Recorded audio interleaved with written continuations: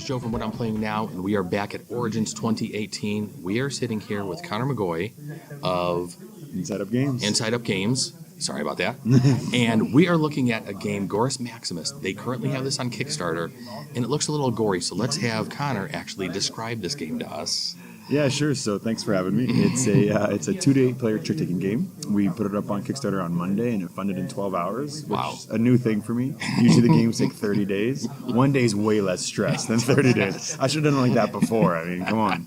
But yeah, it's a 2-to-8 player trick-taking game. The art is by Kwanchai Moria, who's a phenomenal artist. I'm really happy with the way it turned out. And it is, over-the-top gore silliness. So you can even tell by the box, the head being cleanly knocked off the gladiator. Yeah. I mean, looking at the cards, you have, viscera impaled on things. You have arms and mouths. The bear was hilarious when I saw that at the booth. It's just chewing on the arm. The lion's got an ostrich head in its mouth, just like over the top. It's one of those things just to add a little bit of lightness, a little bit of humor to the game, and in a theme that actually works. Because most trick-taking games, the theme's kind of just pasted on there. Especially 2 players. There aren't a lot of 2-player trick-taking games. 100%. And which is one of the interesting things that people don't ask a lot about is that when I originally designed this, I designed it with my wife about 10 years ago on the beach in Thailand as a 2-player trick-taking game. And then I never imagined I was going to be a board game designer, so this is the 3rd game we've done.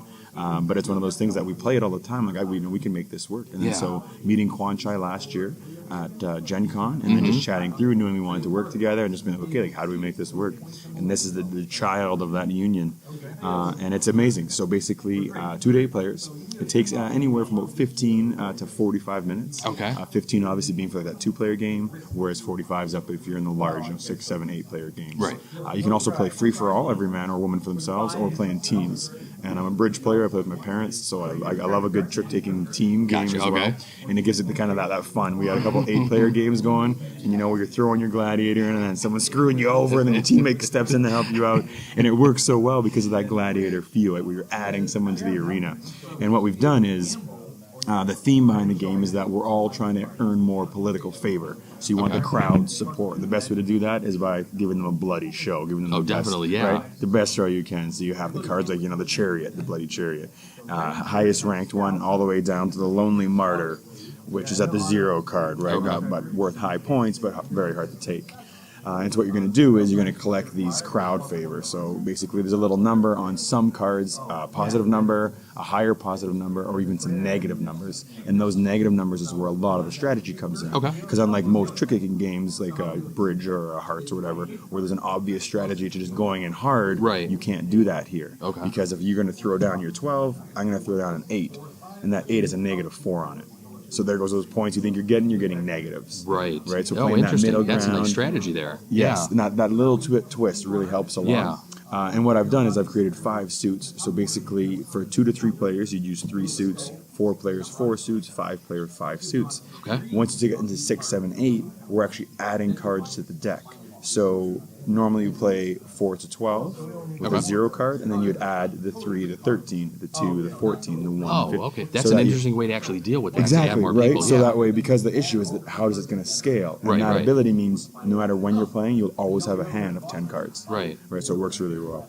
So it scales probably nicely, and it probably then balances itself out as well. Exactly. Okay. That was the whole intent. For all the games I've designed, I really want multiple possibilities for how to get the game to the table. Right. I don't want this is a great 2-player trick-taking game, but not if I have someone show up randomly, right? Yeah. So I want, it doesn't matter, and that's what's happening with the demos right now. Is we'll be demoing the game. It'll catch someone's eye. They go, can I jump in? Yeah, no problem. You just deal them in, and you're ready to go. Oh, that's cool. Yeah, which works really well. That works awesome. The other really unique mechanic in the game is the ability to match the rank. So the theme of the game, let's say I set them up here. So the Amazon steps into the ring. She's winning the trick. Then the Secutor steps in.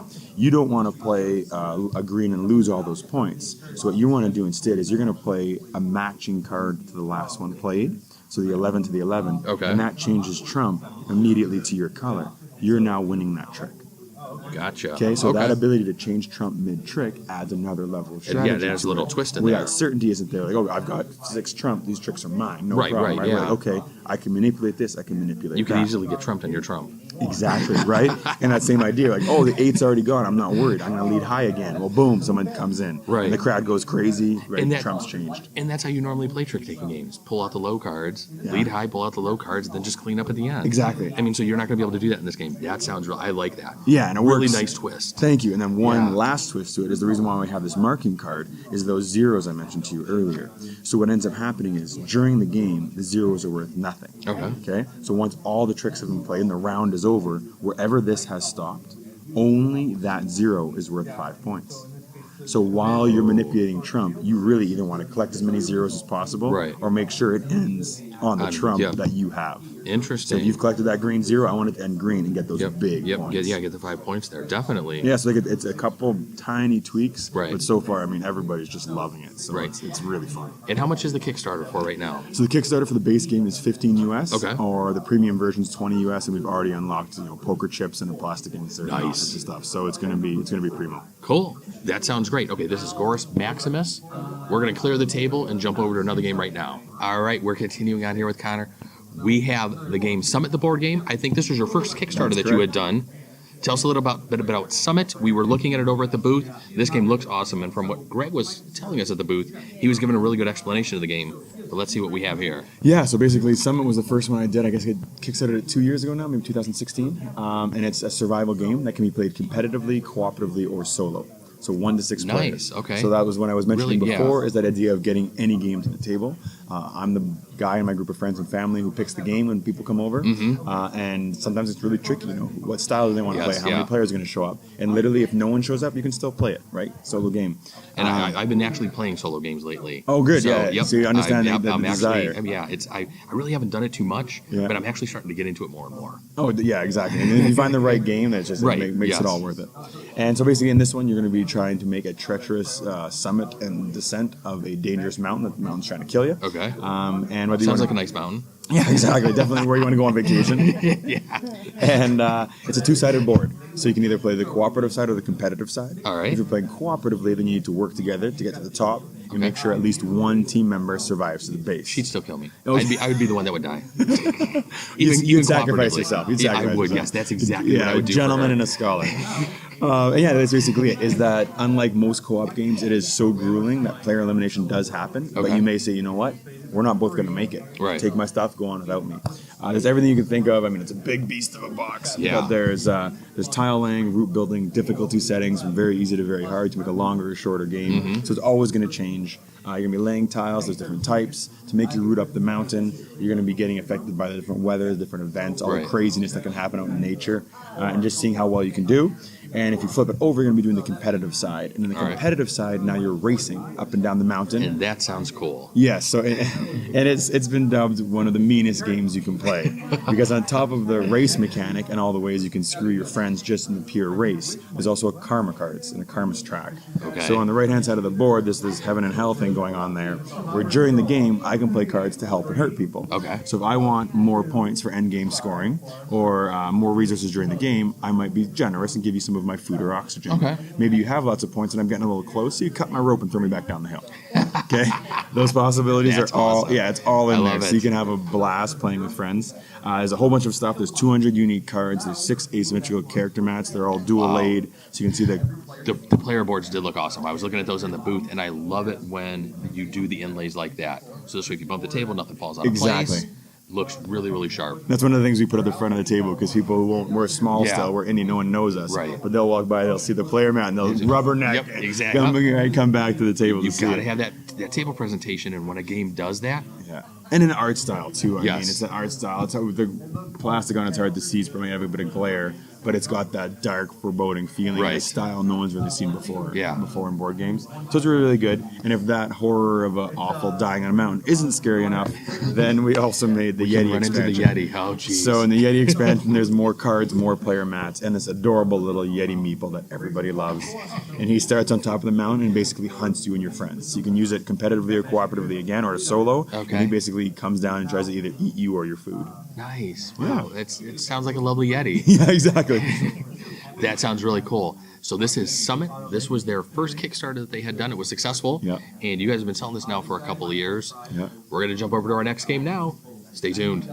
All right, we're back with Connor. We have a Vault Assault, and I think this is the final game that you guys have here. That's right. Yes, this is our second Kickstarter. So this is between Agorist Maximus and Summit, and it's basically I'm trying to diversify the portfolio.